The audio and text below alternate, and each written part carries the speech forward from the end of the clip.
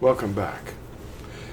My name's Lou White, and I'm going to talk to you today about the day of release. And it's actually a part of something that's mentioned in Scripture in Leviticus, it's Uikra, and he called Uikra chapter 25.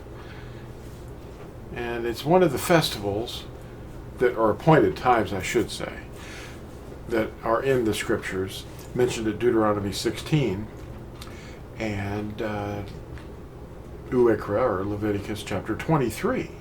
But in chapter 25, there's something that appears there on what they call the Liberty bell.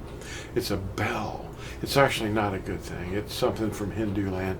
The first bell was actually found, the oldest bell was in Babel. So we don't want to have any bells. But Yahuwah's word was written on the top of this one bell, and it was tested for the first time before they hung it in the steeple, and it cracked. That was the original bell. Now, then they made another one here in the United States. The first one was made in a foundry or whatever in London, and it was shipped over here. They paid like £100 sterling or something for it, and they made it over there in London. And then the second bell was made here in the United States, and it cracked too. Well, it might have had something to do with this scripture that I'm showing to you in Uikra, or Leviticus chapter 25. It's amazing. Let me go get that. Hold on. In chapter 25 of Uikra, we get details concerning the land. The land is specifically the land given to the tribes of Yisrael. And when they entered into the land, they were told to let it rest on every seventh year. And that was called the Shemitah. It was every seventh year. And then after 7 Shemitah, there was the 49th year was followed by the 50th year. And that 50th year was the year of release. I mean, everything was given back to the family.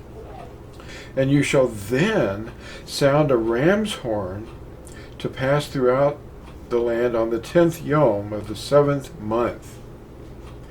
The 10th yom of the 7th month, that's a serious time, because no one's to do any work on that day. It's a Shabbat of all Shabbats. And you shall set the 50th year apart and proclaim release throughout all the land to all its inhabitants. It is a Yobel for you. They call it a Jubilee. In the year of this Yobel, let each one of you return to his possession. Now this is significant, and it points to the redemptive plan overall. This is one of the redemptive shadows, and we are to observe this in the land of our people. Now that doesn't apply to other places, because when they were in captivity, they did not have this done. This was not something you were to do at other places. But it's something that's a teaching point about the redemptive plan of Yahuwah. The redemptive plan of Yahuwah concerns redemption and our release from the reign of the dragon. You know, the dragon has us captive out here. Yahusha told us to watch for his return. His people that are obeying his commandments are doing that. And we won't see him again until we say, Baruch haba b'shem Yahuwah. Blessed is the one who comes in the name of Yahuwah. The days prior to his return will rapidly turn into a living nightmare for the inhabitants of all the earth. The events unleashed will terrify most. Yet a few of us will lift up our heads because we see our Redeemer who loves us approaching.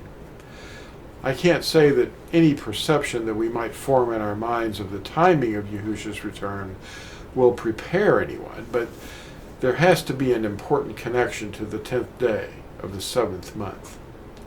Just look at Leviticus 25, verse 9 and 10, and how it relates to his redemption plan. The main idea that we should remember about the days being shortened for the sake of the chosen ones is to give us hope and not despair in the midst of the wrath that's being poured out around us. Yahusha wants us to be assured that he knows who he has sealed for the day that is coming, and to trust in him, not our own understanding.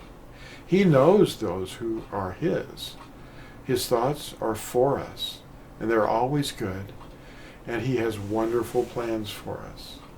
On that bell that I described, the scripture that's at the top of the bell is quoted from Leviticus 25, and apparently he didn't like the idea of his word being on a bell. Why would two bells crack and the third one crack too? He doesn't like his word being on a bell or hung in a steeple. That is an object that we are not to build anywhere in our land, wherever we live, ever. So don't go to a steeple. Stay away from those. That's where the lies are. They're not obedient. You don't want to have things like that falling on you. Well, listen, thanks for watching this, and we'll see you in the next video. Bye.